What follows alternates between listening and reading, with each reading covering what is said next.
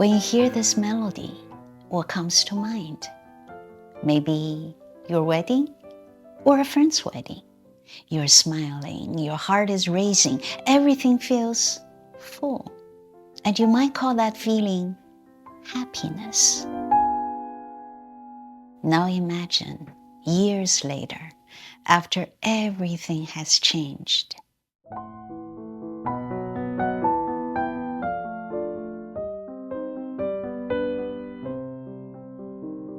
What do you feel now? Is it still happiness or something else entirely? And for some people, it might not even be about weddings. It could be something smaller, something personal. But the effect is the same. The sound brings something back. Not just a memory, but a feeling.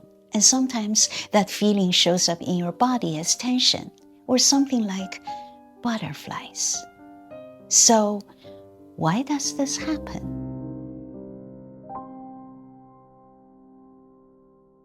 In psychology, there's a growing idea called embodied emotion, which suggests that emotions are not just mental states, but physical sensations we actually feel in the body.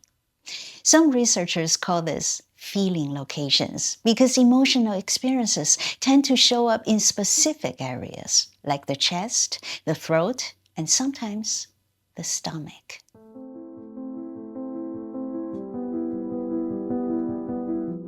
That's why we describe emotions the way we do. A heavy chest, a lump in the throat, or butterflies in the stomach.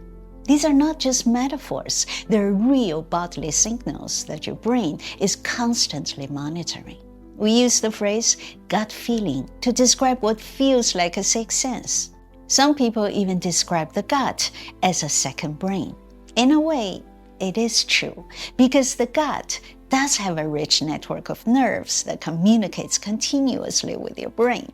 However, it's not completely true, because it's not your gut thinking for you. It is your brain rapidly interpreting these internal signals based on patterns it has learned over time.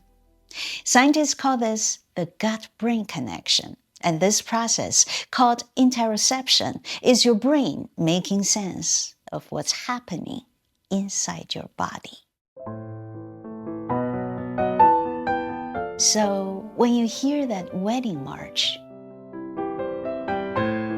sometimes it's just Mendelssohn, but other times it feels like your own story. You might have heard of the iceberg metaphor.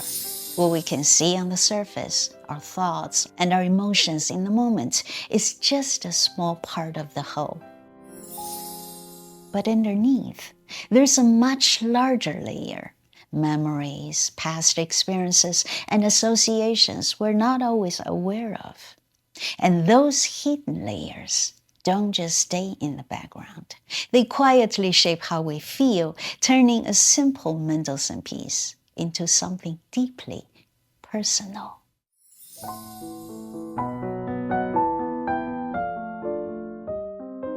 So, where does our gut feeling come from? And should we trust it?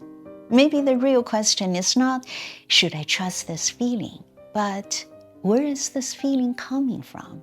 Is it something in the present moment or something from the past that's being carried forward?